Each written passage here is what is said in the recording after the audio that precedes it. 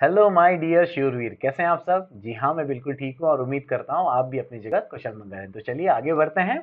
Law of torts में आज हम देखेंगे रॉन्ग्स और torts which are related to personal safety and freedom. हम सब जानते हैं torts and wrongs means injuries to individual rights. अगर हम लीगल इंजरीज करते हैं मीन्स वायलेशन ऑफ राइट्स करते हैं तो ही वो क्या है? टॉर्ट है। और उसके लिए क्या होता है? एक्शन फॉर डैमेज होता है लॉ ऑफ टॉर्ट्स में। यहां पर वही बात आ गई, personal liberty is compromised of individual person. अगर किसी की पर्सनल लिबर्टी कॉम्प्रोमाइज्ड होती है तो वो क्या है? टॉर्ट है। वही है आपका tort related to personal safety and freedom. तो चलिए एक एक करके समझते हैं, बहुत ही आसान है।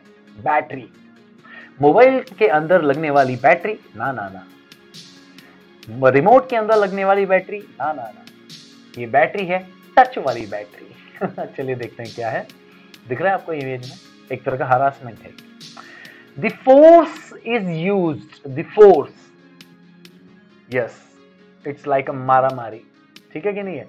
The force is used even very trivial means एक नॉर्मल टच भी, आप समझो एक नॉर्मल टच भी। The force is use and cause और does not cause any harm. Force use हुआ है, भले ही सामने वाले को हार्म पहुंचा हो या ना पहुंचा हो, लेकिन फोर्स यूज हुआ है, भले ही वो एक नॉर्मल टच क्यों ना हो। Dot of battery is committed. Sir, मतलब किसी से हाथ मिलाया वो भी तो टच है। सर, किसी के कंधे में ऐसे हाथ रख के कहा एक्सक्यूज मी, वो भी तो टच है। तो क्या ये सब बैटरी में आते हैं? Wait wait wait, example image देखकर भी तो कुछ समझो। एक्सप्रेशन देखो मैडम का, वो खुश हो गई, आहा हाथ था, आहा कंधे में हाथ रखे है, बहुत बढ़िया लग रहा है, यहाँ मसाज कर दो। ऐसा तो फीलिंग नहीं आई ना? चलिए ठीक है, मजाक था। Example, hitting someone on face, beating someone with bat. ऐसे तो बहुत सारे एग्जाम्पल है, ऐसे तो कितने सारे पिक्चर है, कबीर पिक्चर भी याद आ जाएगी तुमको। चलो ठीक है। इसमें सबसे इंपॉर्टेंट है एसेंशियल्स क्या है जिससे हम बैटरी कहेंगे। तो main essential to constitute a टॉट ऑफ बैटरी है ना, मेन एसेंशियल्स टू टॉट ऑफ बैटरी क्या है? Use of force, however it may be a trivial. ठीक है क्या नहीं है? विदाउट प्लेंटिफ कंसेंट, आपको दिख रहा है यहाँ प्लेंटिफ का कंसेंट है क्या? नहीं, ये बिल्कुल भी इस लड़की के एक्सप्रेशन से बिल्कुल भी नहीं लग रहा है कि उसे अच्छा लग रहा है। एंड अनलॉफुल, जो बिल्कुल भी गलत है ना, कानूनन गलत है। Is that clear? तो यहाँ पर हिटिंग समवन ऑन फेस, किस हिसाब से हिटिंग किया तो यूज ऑफ फोर्स हो गया, और किसी के चेहरे पर मार रहे हो विदाउट प्लेंटिव कंसेंट, और अनलॉफुल, किसी को मारना सही नहीं है, तो भैया ये क्या होगी? बैटरी होगी। अब इसमें सबसे इंपॉर्टेंट चीज, हाँ, which is unintentional or caused by pure accident is not actionable। यहां पर अगर ये चीजें हैं तो एक्शनेबल है, मींस टॉट ऑफ बैटरी है और लीगल रेमेडी होनी चाहिए। लेकिन अगर प्योर एक्सीडेंट है तो नॉट एक्शनेबल है। इसके लिए सबसे अच्छा एग्जांपल यहां पर है, in a narrow tunnel one person accidentally touches another gently, it doesn't come under the battery. सही बात है, छोटा सा रास्ता है और गलती से टच हो जाता है और हमें समझ में भी आता है कि ये बाय मिस्टेक हुआ है, तो वो बैटरी नहीं है। लेकिन बैटरी कौन सा है? However if touch is rude और इन इनऑर्डिनेट, मतलब सही तरीके से टच ना किया जाना, देन इट इज एक्शनेबल। और वो है यही मेन एसेंशियल, क्योंकि वो यूज ऑफ फोर्स है, विदाउट प्लेंटिंग कंसेंट है और अनलॉफुल है। क्यों? क्योंकि वो रूड और इनऑर्डिनेट है। Is that clear? इजी ना? तो यहां पर बॉस टॉट अराइज हुआ और इसकी लीगल रेमेडी भी मिलेगी। ठीक है, जो यहां पर हमको समझ में आ गई बातें रिलेटेड टू बैटरी। चलो आगे बढ़ते हैं। Next is assault. देखिए, चिल्ला रहा है उसको, तुझे मैं मार दूंगा, और वो बेचारी डर रही है। क्यों? क्योंकि उसे डर है कि कहीं वो उसे मार ना दे, कहीं उसे चोट ना पहुंचा दे। तो चोट ना पहुंचा दे का जो मन में डर बैठा दिया वही है assault. When defendant by his act creates apprehension in mind, देखिए ये भैया डिफेंडेंट है, creates apprehension in mind of the plaintiff, ये plaintiff है ना, ये डिफेंडेंट है और ये plaintiff है, इसके माइंड में डर पैदा कर दिया that he is going to commit a battery against him, tort is assault, a tort of assault is committed। तो एग्जाम्पल, हालांकि इमेज से भी समझ गया, एक नया और एग्जांपल ले लो, दो एग्जांपल बन जाते हैं। पॉइंटिंग गन लोडेड और अनलोडेड एट समवन। सोचो तुम्हारे सिर पर मैंने गन रखी तो कैसा फील होगा? सर बहुत मजा आ रहा है, खुजली हो रही थी खुजला दिया, ऐसा तो नहीं लगेगा ना? डर आएगा आपके मन में कहीं गोविंद सर हमको उड़ा ना दें। हाँ, तो उड़ा दिया तो भैया बैटरी हो गई। वैसे तो बैटरी तो क्या मर्डर हो गया तो सीधा। चलो ठीक है, ज्यादा आगे नहीं बढ़ते। तो असॉल्ट के लिए एसेंशियल्स क्या है? Main essential to constitute a टॉट of assault, intent to cause apprehension, मतलब इस तरह से रिएक्ट करना कि सामने वाले के मन में डर पैदा हो जाए, एंड इमिनेंट हार्म, और आप बस इमीडिएट उसको हार्म पहुंचाने ही वाले हो, ऐसा पूरा फील करा देना ही क्या है? टॉट ऑफ असॉल्ट है। Is that clear?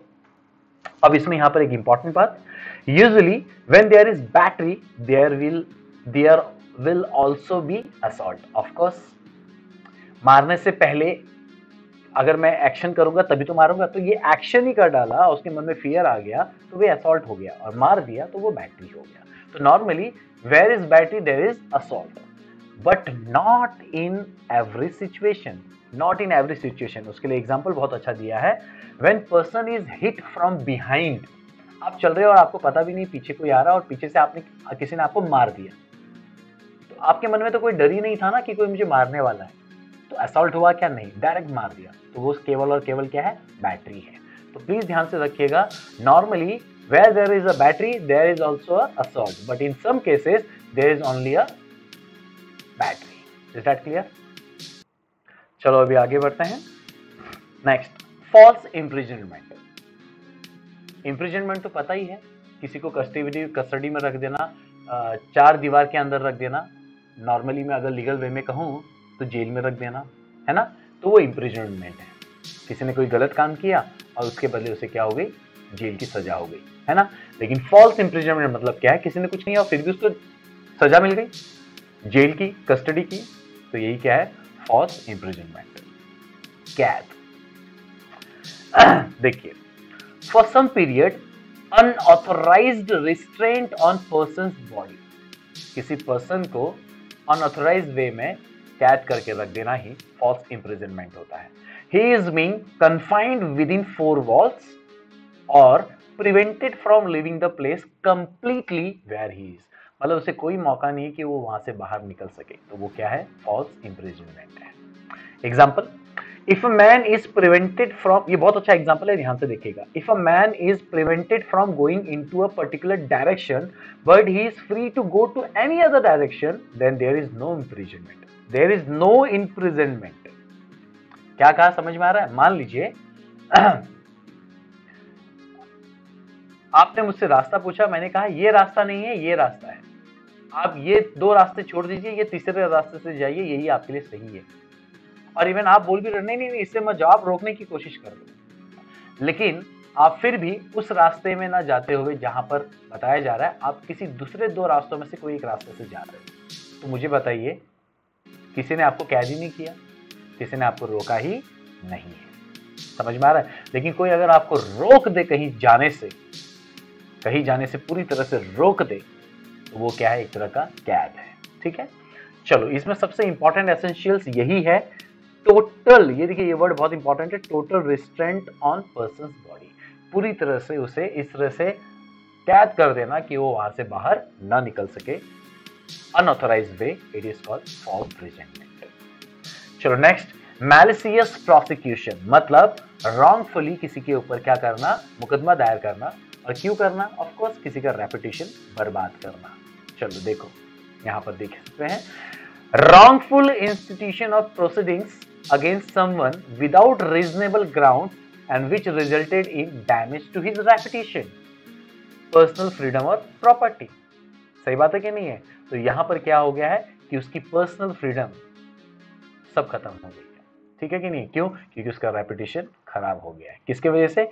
आपके एक रॉन्ग मुकदमा दायर करने की वजह से। सर मैंने कहा मुकदमा दायर किया, मैंने कहा आपको बोला। चलो इसमें एक अच्छा एग्जांपल है, इसी को आप देख लीजिए इमेज में। अमर एक कैरेक्टर है, एक अमर है, पुलिस ऑफिसर है, दीप है और किरण है। ठीक है, Amar tells police officer to arrest Deep. किसको अरेस्ट करने को बोला? दीप को। Police thinks Kiran is Deep. अब पुलिस को क्या लगा कि ये जो किरण है ना ये दीप है, मिस्टेकली हो गया।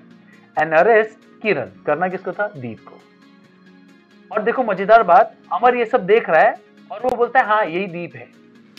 Also Amar tells police to arrest him even though he knows that Kiran is not Deep. बोलता हाँ इसको, इसके लिए, इसके बारे में कह रहा था, इसको अरेस्ट करो। सर समझा नहीं, अमर तो पुलिस को बोल रहा था दीप को अरेस्ट करने के लिए और पुलिस ने गलती से दीप की जगह किरण को अरेस्ट कर दिया और अमर कुछ बोल नहीं रहा है। यही तो मजेदार बात है, बोलना चाहिए था ना, नहीं बोला तो गलत कर रहा है। Then here Amar could be held liable for malicious prosecution by the court of law। सही बात है, कल जाकर मान लो गलती से किरण को सजा हो जाती है, उसका रेपुटेशन खराब हो गया, तो ये सब किसने किया? अमर ने किया। ठीक है जी हाँ। तो यहाँ पर देखिए बहुत इंपॉर्टेंट है एसेंशियल्स, ताकि मैलिशियस प्रोसिक्यूशन दिखाई दे, है ना। डिफेंडेंट स्टार्टेड प्रोसिक्यूशन, मतलब डिफेंडेंट ने मुकदमा दायर कर देना चाहिए। पहला, without any reasonable and probable cause, कोई भी एक प्रॉपर रीजन नहीं होना चाहिए प्रोसिक्यूशन के पीछे।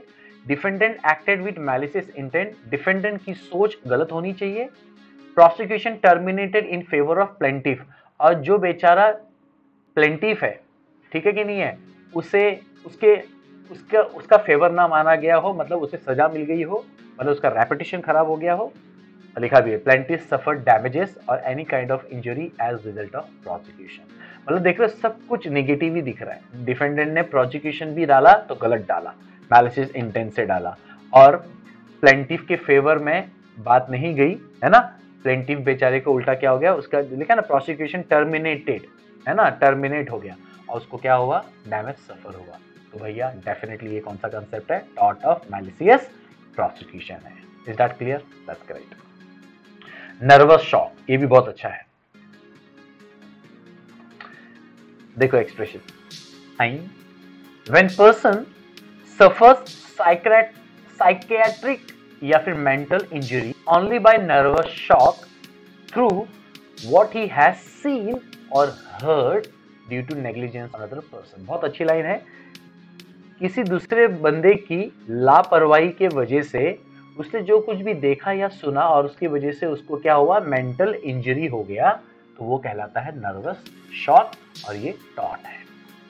एग्जांपल, बंता फॉल्सली, देखो बंता है, संता है, और संता की वाइफ कांता है, याद रखना, और ये बंदा संता है, सैंता।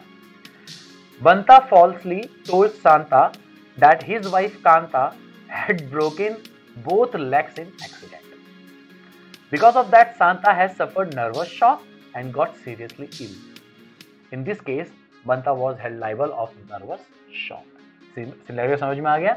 बंता ने संता को बोला कि भाई तेरी वाइफ जो है एक्सीडेंट में दोनों पैर खो गई।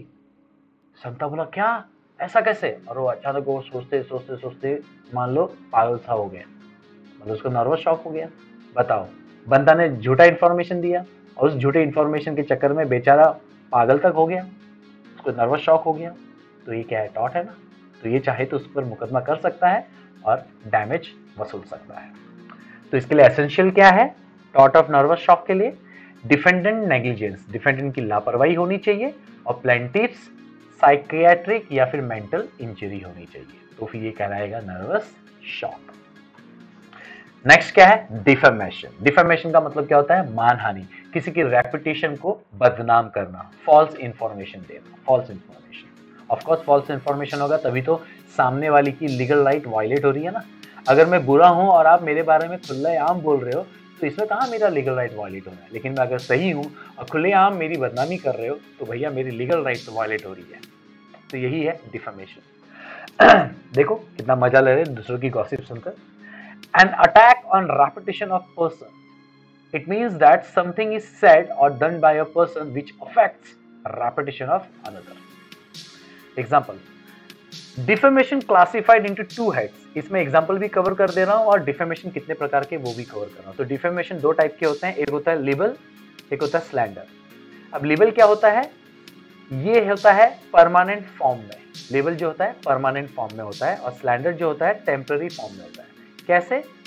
परमानेंट फॉर्म बोलेगा तो आपने लिखकर कहीं बता दिया कि गोविंद जो है एक नंबर का चोर है, हालांकि मैं चोर नहीं हूँ, लेकिन लिख दिया है, या फिर आपने कहीं पर पिक्चर ऐसा कुछ बना दिया है वगैरह वगैरह, परमानेंट हो गया ना ये, इसको कोई रब नहीं कर सकता। स्लैंडर क्या होता है? टेम्पररी, बोल दिया बात खत्म, बोल दिया बात खत्म हो गई, है ना, गेस्चर एक्सप्रेशन से, ठीक है कि नहीं है, बॉडी लैंग्वेज से, व्हाटएवर। तो डिफेमेशन दो टाइप का है, स्लैंडर और लाइबल। लिबल, लिबल क्या होता है? परमानेंट नेचर, और स्लैंडर क्या होता है? टेम्पररी नेचर, ठीक है कि नहीं। इसमें अपना एग्जांपल भी कवर हो गया डिफेमेशन का। इसमें सबसे इंपॉर्टेंट क्या है, एसेंशियल, यहाँ पर ये मिस्टेक है, नर्वस शॉक लिखा है, यहाँ पर क्या आएगा? डिफेमेशन आएगा, यहाँ पर क्या आएगा? डिफेमेशन आएगा, ठीक है। ओके, एसेंशियल क्या है डिफेमेशन के लिए, टॉर्ट ऑफ डिफेमेशन के लिए? Statement must be defamatory.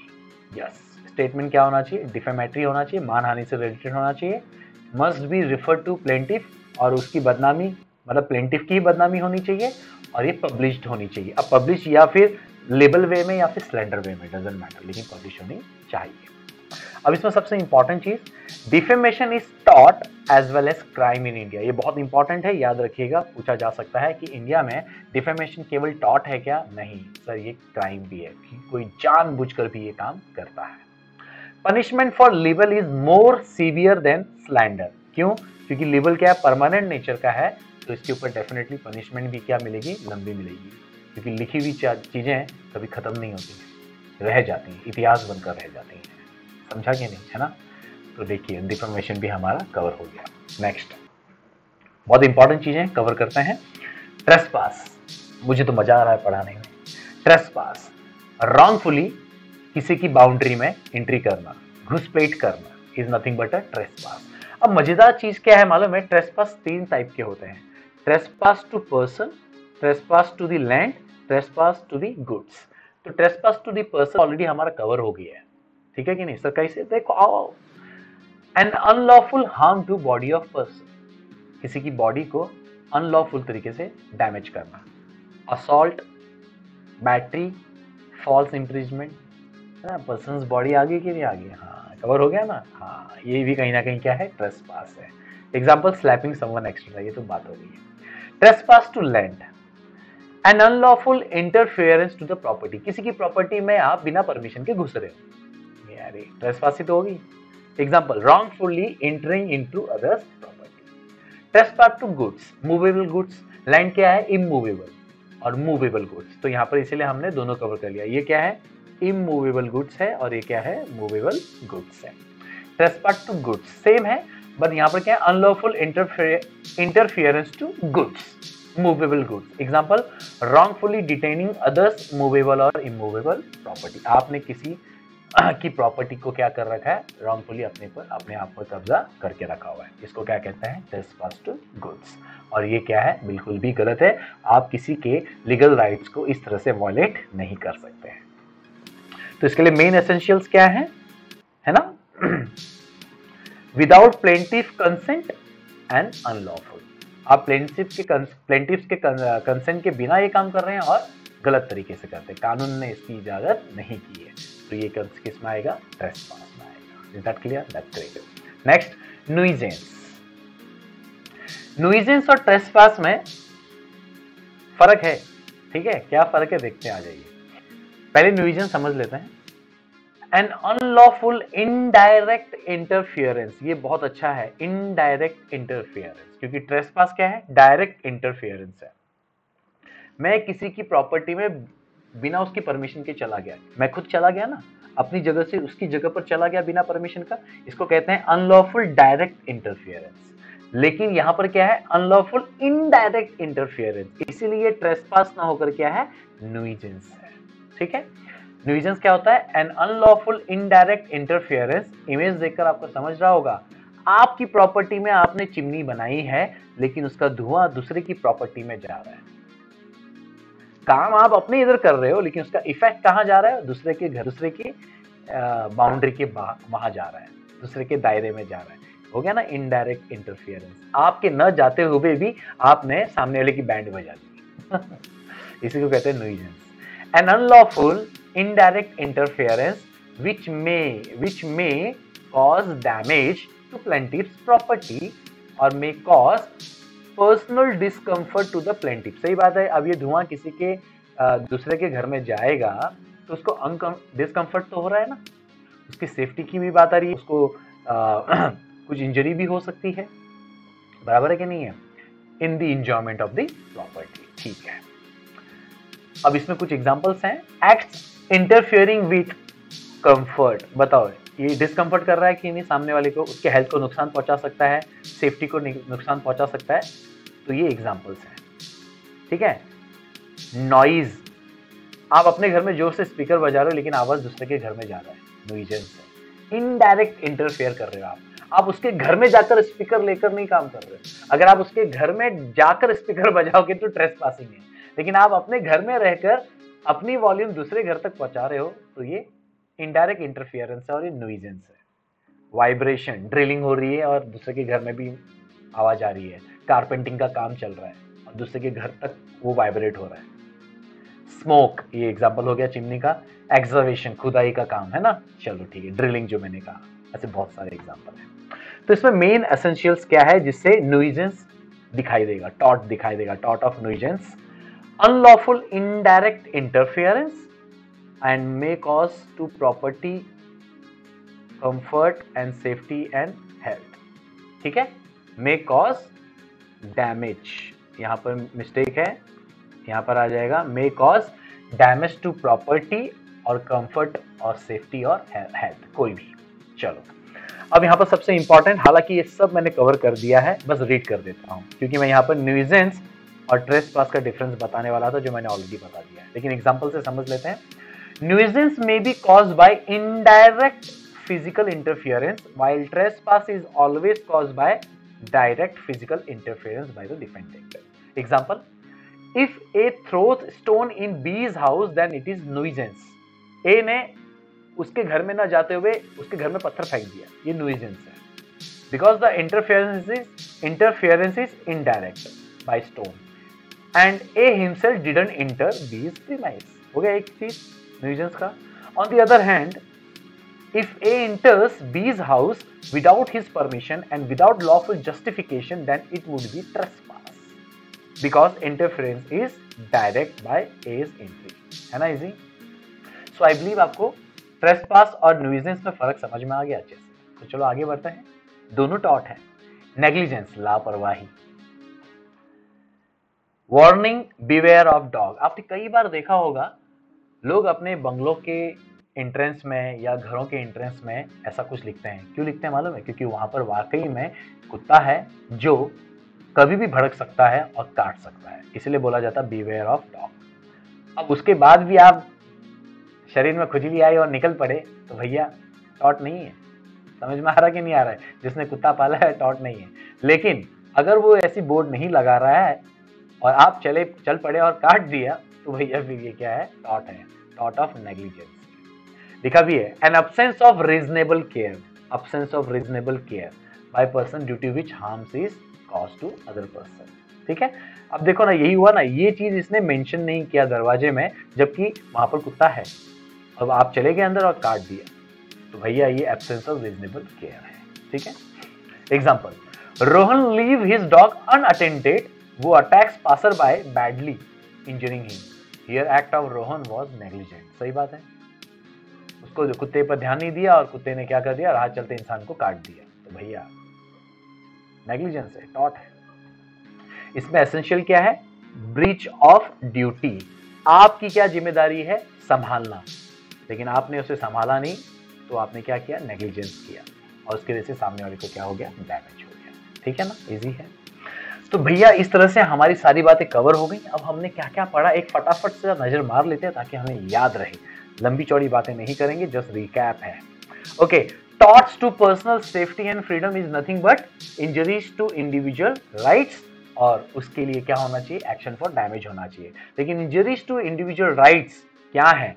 First, battery, है ना, फोर्स, असॉल्ट, किसी को मारने की इस तरह से एक्शंस देना कि बस मैं तुझे मारने वाला हूं, है ना। एग्जांपल लिखा देखो बैटरी में, बीटिंग समवन, असॉल्ट में पॉइंटिंग गन। फॉल्स इंप्रिजमेंट, किसी को पूरी तरह से टोटली रिस्ट्रेन करके रखना, preventing from moving totally, example है। मैलिशियस प्रोसिक्यूशन मीन्स आपने जानबूझकर सामने वाले की बदनामी हो के तौर पर उस पर मुकदमा दायर किया, उसे नुकसान हुआ। Example, police arrested wrong person, याद आ रहा है। नर्वस शॉक है ना, आपने गलत इंफॉर्मेशन दे दी जिसकी वजह से वो सीरियसली इल हो गया, नर्वस शॉक हो गया उसे। Example, serious ill because of fake news. Defamation क्या है, किसी के रेपुटेशन पर जानबूझकर लांछन लगाना, कलंक लगाना। फेक स्टेटमेंट इन राइटिंग और ओरल, राइटिंग मतलब क्या हो गया, लिबल, और ओरल क्या हो गया, slander. Trespass, to the land, to the goods, to the person, याद आ रहा है ना, हाँ ठीक है। नेक्स्ट क्या है, न्यूजेंस। ट्रेसपास क्या होता है, डायरेक्ट इंटरफियरेंस, और न्यूजेंस क्या होता है, इनडायरेक्ट इंटरफियरेंस, ठीक है, गुड। तो यहां पर एग्जांपल क्या है, release of smoke from a property to others property, ठीक है।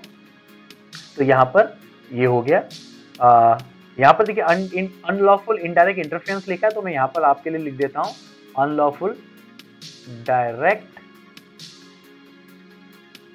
इंटरफियरेंस, याद रखने के लिए, है ना, क्या फर्क दिखता है। एंड लास्ट वन, नेग्लिजेंस, लापरवाही। कुत्ते का एग्जाम बिवेयर ऑफ डॉग नहीं लिखा है जबकि कुत्ता उसके घर पर है।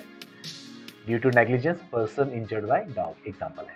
सो आई बिलीव आपको सारी चीजें समझ में आ गई। देखो ये सारी चीजें एक ही स्लाइड में इसलिए आपके लिए रखा गया था ताकि आप इसको आसानी से देख सको और रिकैप कर सको। सो बॉस, हमारा torts related to personal safety and freedom cover हो चुका है। तो मिलते हैं अगले वीडियो में, तब तक के लिए धन्यवाद। बिकॉज हौसले बुलंद, कामयाबी तुरंत, attitude matters, but positive. Thank you.